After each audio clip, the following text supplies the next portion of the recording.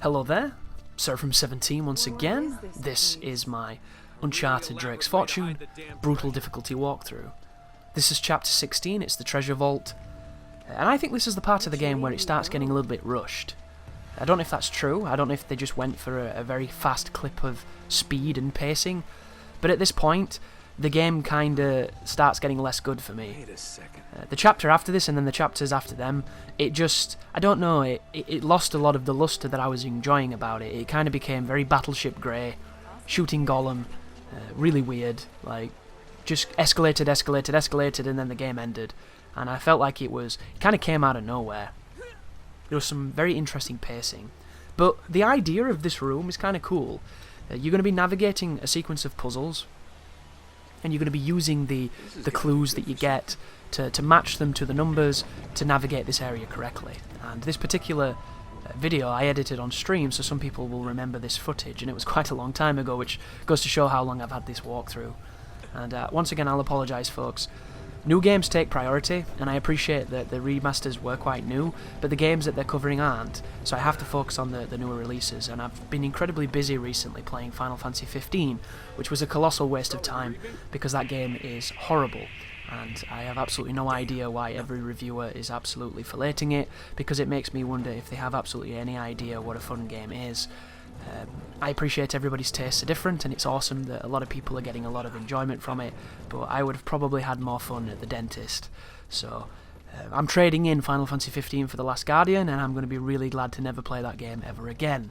And you might be gasping and clawing your chest right now, angrily reaching for the keyboard to be like, oh my god, how dare you, and that's fine, but yeah, Final Fantasy 15, not a good game, I don't think. You might wonder why, and I have many reasons. Probably going to write a review, guys. I don't want to write a review, I feel like I need to.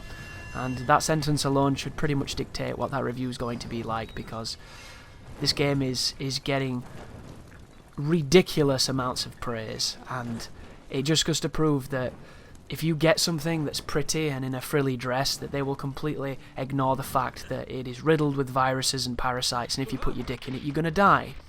And this is a game that's nothing like that, and I love that. This is a game that's beautiful, but it's got the gameplay to back it up, and every single aspect of it is exactly what they wanted it to be, and it's exactly what the game's carried on. You play Uncharted 4, it's just an extension of what this game started. And admittedly, I am very critical of Uncharted 4 because there's aspects of the game that I just didn't felt as fun, but I can move myself away and carry that bias to the side and say to you with a straight face that it's still a great game and there's still a lot to like. You know, because it's exactly what it is, and I love that. I don't understand games that try to be something they're not. And it hurts me as well inside, because I'm the person who's on videos like this calling games shit. And it's not because I'm an evil person, it's not because I get some kind of misguided lust and enjoyment out of shitting on things that other people like. It's not that at all. I don't like being the person who says these things, but I feel like if I don't say them and I'm not honest, that they don't get represented to the discourse that should be represented. You know, everybody saying something is amazing is not helpful unless it's that good. And let's be honest with ourselves, guys. Can you think of a game that's literally that good? I can't. Every game has its issues. Every game can be analysed and broken down, and some of it is pedantic, but a lot of it can be useful. And unless we create discourse, and unless we say that this is not acceptable, they'll continue making these kind of games, and they will think that because of sales numbers and because of critical reception, that that's the direction that people want the game to go. And if that's how people feel about Final Fantasy 15, I'm on the wrong fucking planet. Like, straight up. It's just, I am terrified now of the Final Fantasy 7 remake. I'm not even going to buy it. I'm literally going to rent it, because I'm so scared that they're going to do what they did to that game. And to me, there's just nothing worse. There literally is nothing worse. But it is being designed by CyberConnect, so I'm hoping that they do a good job. But aside from that, this is an awkward situation. I've got two power weapons that don't have a lot of ammunition, and I've used them dreadfully. So I now have no bullets, and I have a lot of people shooting down at me, and I have Elena showing just how little damage she does when she actually hits people. But she does kill, so that's useful, and then I'm going to be doing some really crazy shit now to try and find a gun. This is by no means the best way to handle this situation, guys. Never ever carry 2 weapons with small amounts of ammunition. There's no reason to do it. The spawns on this game do not work in such a way where you can ever get massive cluster kills with grenades, outside of a few rare exceptions, so it's just not a good idea. I was just having fun and being experimental, and it didn't pay off. But I still enjoyed it, you know? I still enjoyed it a lot, and that means something to me. Because right now, with video games, the enjoyment is the biggest thing, and it can be so easy to take games for granted, and I'm realising this now, as almost every game that gets released is disappointing in some way.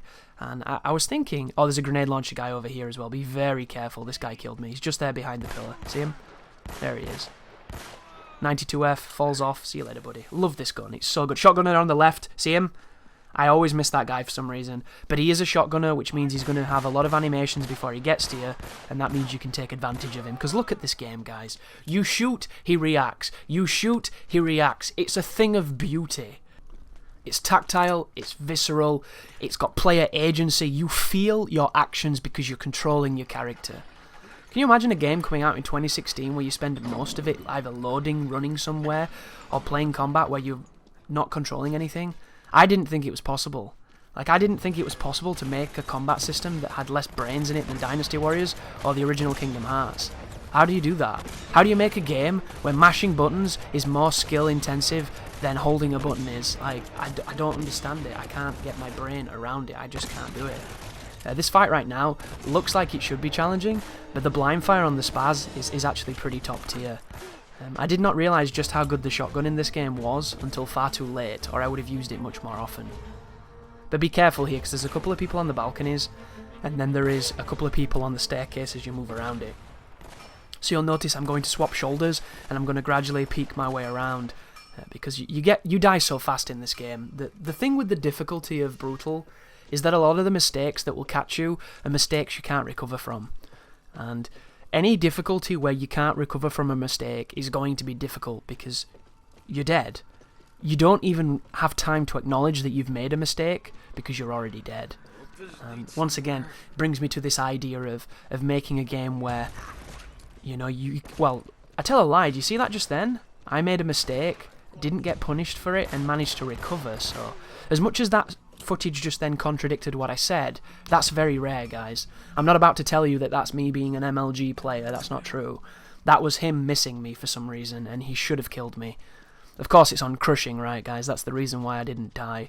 But I've been thinking too, how do you make a game that will reward aggression while keeping the difficulty punishing? And I find it to be such an interesting dialogue, but a difficult one as well. Because how do you do that? How do you make that? Other than in these character action games where being aggressive is the best way to win in a lot of them. Like, being passive in Ninja Gaiden's going to get you killed. Being passive in God of War is probably not going to get you killed because the block's so good, but you're not going to kill anything, so you're not going to get anywhere.